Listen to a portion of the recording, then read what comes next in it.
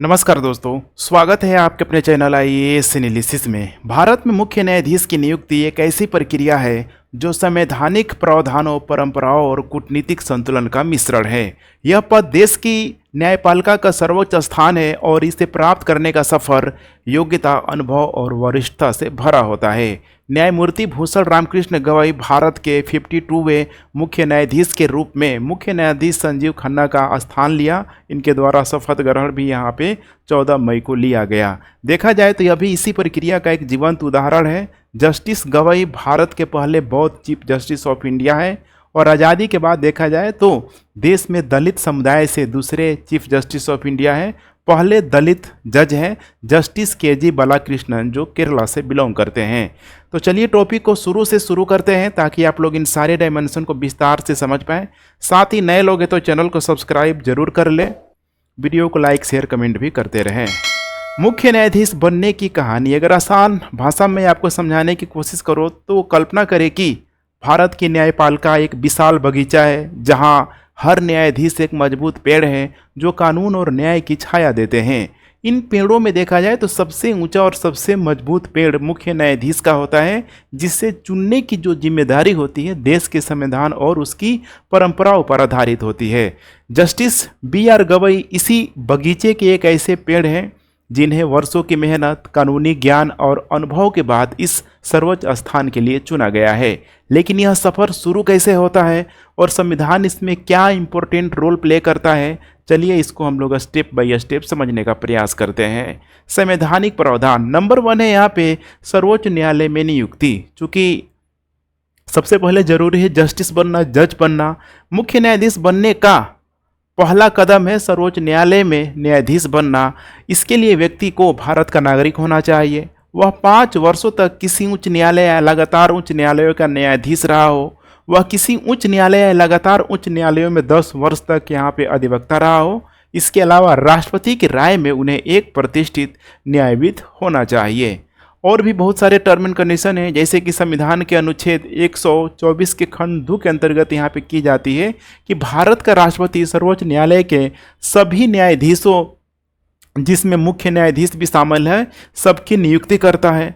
राष्ट्रपति को यह नियुक्ति निवर्तमान मुख्य न्यायाधीश और अन्य वरिष्ठ न्यायाधीशों के परामर्श से करनी होती है। यदि जरूरी हो तो राष्ट्रपति उच्च न्यायालयों के न्यायाधीशों से भी यहाँ पे सलाह ले सकता है। इसके अलावा यह अनुच्छेद यह भी सुनिश्चित करता है कि नियुक्ति में पारदर्शिता और संतुलन पूरी तरीके से बना रहे। इसके अलावा एक मोस्ट इम्पोर्टेंट रोल प्ले करता है वरिष्ठता की परंपरा।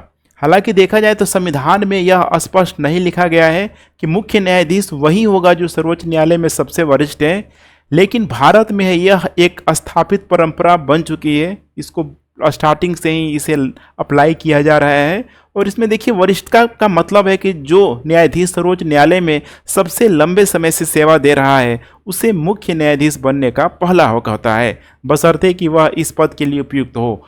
आगे चल के देखेंगे इसमें कुछ इंदिरा गांधी के समय आपको 2 एक्सेप्शन भी देखने के लिए मिलेगा, जिसकी चर्चा हम लोग आगे करेंगे।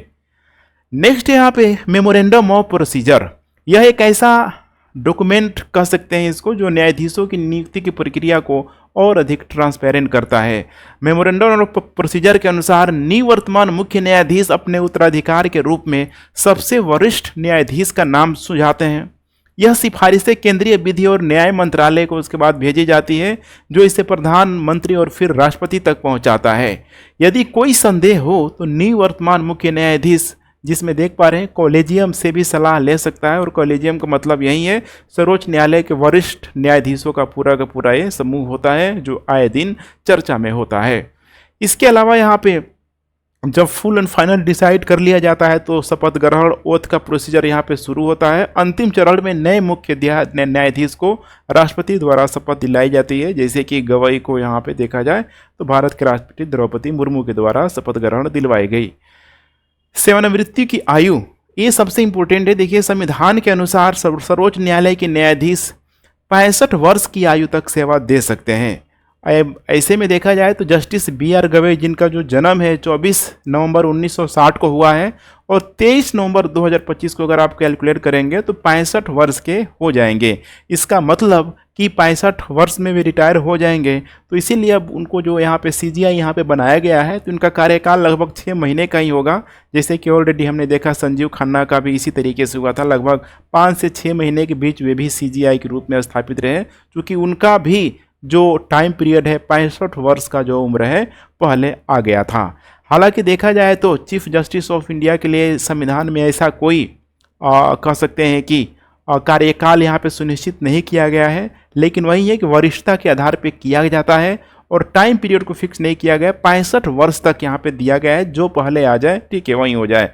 तो चूंकि अब यहाँ पे पीछे से काफ़ी सारे लोग हैं सुप्रीम कोर्ट में, देख पा रहे लगभग ठीक है 28-30 के आसपास जज हैं जो बहुत ही हाई एज में होते हैं।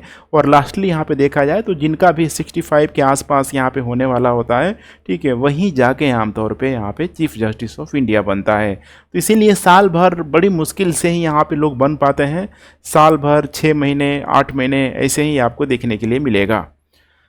नेक्स्ट यहाँ पे हम लोग बात करते हैं वेतन और भत्ते को लेके। जैसे सर्वोच्च न्यायालय के न्यायाधीशों के जो भी वेतन भत्ते एवं विशेष अधिकार है, अवकाश और पेंशन संसद के द्वारा ही यहाँ पे निर्धारित किया जाता है।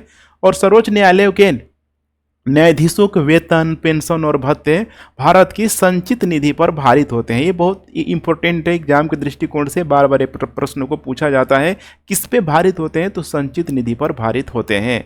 इसके अलावा इनका निष्कासन कैसे होगा, जो कि जस्टिस यशवंत वर्मा केस के बाद से काफ़ी देखें तो चर्चा में आया हुआ था। तो देखिए सर्वोच्च न्यायालय के न्यायाधीश को राष्ट्रपति के आदेश से ही यहाँ पे पद से हटाया जा सकता है, लेकिन ये लंबा चौड़ा प्रोसेस है जिसे पद से हटाने की प्रक्रिया के लिए संसद के प्रत्येक सदन के द्वारा संबोधित करने की आवश्यकता होती है, जहाँ पे 2/3 मेजोरिटी जो भी उपस्थित जो भी ठीक है सदस्य होते हैं उसका यहाँ पे जुटाना आवश्यक होता है। सेवानिवृत्ति के बाद प्रतिबंध, ये भी बहुत ज़रूरी है, क्योंकि देखिए जो भी यहाँ पे सुप्रीम कोर्ट का चीफ जस्टिस ऑफ इंडिया है या फिर कोई भी यहाँ पे जज है, अगर वो रिटायर होता है तो रिटायर होने के बाद कुछ टर्म एंड कंडीशन होता है कि इन एरिया में उनको काम करना नहीं होगा। जैसे कि सेवानिवृत्ति के बाद सर्वोच्च न्यायालय के एक न्यायाधीश को भारत में किसी भी अदालत में कानून का अभ्यास करने या किसी भी सरकारी प्राधिकरण के समक्ष वकालत करने से यहाँ प्रतिबंधित किया जाता है।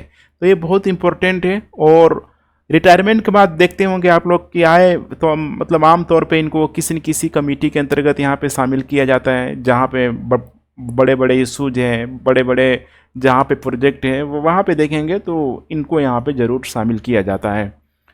अब बात करते हैं यहाँ पे चुनौतियाँ और अपवादों की। देखा जाए तो ये सभी प्रक्रियाएं सामान्य रूप से सुचारू है चलता है, लेकिन कभी कभी बीच में देखा जाए ठीक है, खासकर हिस्ट्री में झांक के देखते हैं तो इसमें कुछ एक्सेप्शनल केस भी देखने के लिए मिलता है।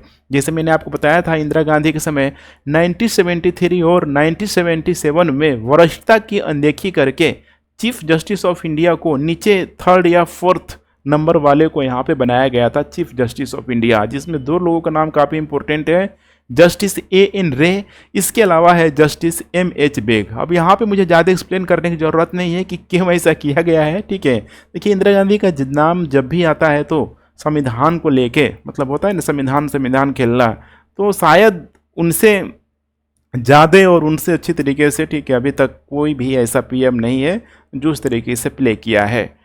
2018 में कॉलेजियम विवाद, देखा जाए तो 4 जो वरिष्ठ न्यायाधीशों ने तत्कालीन मुख्य न्यायाधीश दीपक मिश्रा के खिलाफ सार्वजनिक रूप से यहाँ पे शिकायत की थी, क्योंकि कुछ मामलों का आवंटन ट्रांसपेरेंट तरीके से नहीं किया गया था। तो जब भी यहाँ पे दीपक मिश्रा का नाम आता है तो उसमें भी ठीक है 1-2 कंट्रोवर्सी वहाँ पे भी क्रिएट जरूर यहाँ पे होगी, आप लोगों को जरूर इसके बारे में स्टडी करना चाहिए। NJSC का प्रयास 2015 में ही राष्ट्रीय न्यायिक नियुक्ति आयोग को यहाँ पे लाया गया, जो कॉलेजियम की जगह नियुक्तियों के लिए था, लेकिन सर्वोच्च न्यायालय के द्वारा इसको पूरी तरीके से असंवैधानिक घोषित कर दिया गया। अभी जस्टिस यशवंत वर्मा केस कांड के बाद से काफ़ी चर्चा में रहा था। हालांकि अब ये समय बताया गया लगेगा नहीं लगेगा, लेकिन सुप्रीम कोर्ट के द्वारा इसको सीधे से यहाँ पे ठीक है खारिज कर दिया गया है। अब बात करते हैं मुख्य न्यायाधीश की भूमिका क्या होती है। रोस्टर का मास्टर इसे बोला जाता है। देखिए मुख्य न्यायाधीश सिर्फ एक न्यायाधीश नहीं है, बल्कि न्यायालय का प्रशासक भी होता है। उसकी कई सारी जिम्मेदारियां होती है। जैसे नंबर 1 है मामलों का आवंटन। वे तय करते हैं कि कौन सा मामला किस पीठ को यहाँ पे दिया जाए। जो भी यहाँ पे सुनवाई होती है कौन पीठ करेगा, ये सब यहाँ पे चीफ जस्टिस ऑफ इंडिया पे डिपेंडेंट करता है। संवैधानिक पीठों का गठन महत्वपूर्ण कानूनी सवालों के लिए विशेष पीठ बनाते हैं। न्यायपालिका का नेतृत्व वे न्यायपालिका की स्वतंत्रता और गरिमा को बनाए रखते हैं।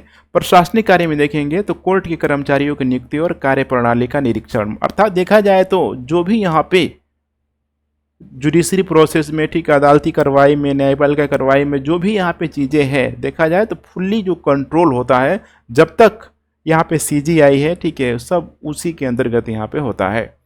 अब यहाँ पे बात करते हैं जस्टिस BR गवई का सफ़र। देखिए वे महाराष्ट्र के अमरावती से और दलित समुदाय से बिलोंग करते हैं। 1960 के आसपास यहाँ पे माना जाता है कि उनके फादर के द्वारा, ठीक है, बौद्ध धर्म को अपना लिया गया था। और जब बौद्ध धर्म को अपनाया गया था तो भीमराव अंबेडकर के साथ ही यहाँ अपनाया गया था। वे भारत के पहले बौद्ध और दूसरे दलित मुख्य न्यायाधीश हैं। पहले जस्टिस मैंने ऑलरेडी बता चुका है, ठीक है, जस्टिस KG बालाकृष्णन जो कि केरला से बिलोंग करते हैं। उनका सफ़र कुछ इस प्रकार से है, थोड़ा सा इनकी उपलब्धियों को देख लें, एग्जाम में पूछे जाने की संभावना है। जैसे कि शुरुआत इनके द्वारा किया गया था 1985 में, ये बार में शामिल हुए और बॉम्बे हाई कोर्ट में संवैधानिक और प्रशासनिक कानून में वकालत की। हाई कोर्ट में 2003 में बॉम्बे हाई कोर्ट के अतिरिक्त न्यायाधीश और 2005 में अस्थायी न्यायाधीश भी बने। सर्वोच्च न्यायालय में इनको मौका मिला, 2019 में सर्वोच्च न्यायालय के न्यायाधीश बने और कई महत्वपूर्ण फैसलों में हिस्सा लिया, जैसे कि आर्टिकल 370 को निरस्त करने के अलावा इलेक्टोरल बॉन्ड योजना। देख पा रहे हैं यहाँ पे कितना बड़ा बड़ा यहाँ पे जहाँ पे डिसीजन दिया गया है, जिस बेंच के डिसीजन के द्वारा यहाँ पे दिया गया है उसमें भी ये पूरी तरीके से शामिल थे। मुख्य न्यायाधीश 2025 में वरिष्ठता और योग्यता के आधार पर उन्हें मुख्य न्यायाधीश यहाँ पे चुना गया है। उनकी माँ जिनका नाम है कमलताई गवई, उनको अपने बेटे को गवई को यहाँ पे डेविल भी यहाँ पे कहती है, जो कि किसी के सामने, जिसका मतलब होता है जो नहीं डरता है। ऐसे में देखा जाए तो यह उनके मजबूत चरित्र को इंडिकेट करता है, जो एक मुख्य न्यायाधीश के लिए बहुत ही ज़रूरी है। तो उम्मीद कर सकते हैं आने वाले दिनों में कई सारे, हो सकता है कि अच्छे अच्छे, ठीक है, जजमेंट हो गया या कई सारे जो सुधार है आपको देखने के लिए ज़रूर मिलेगा ही मिलेगा।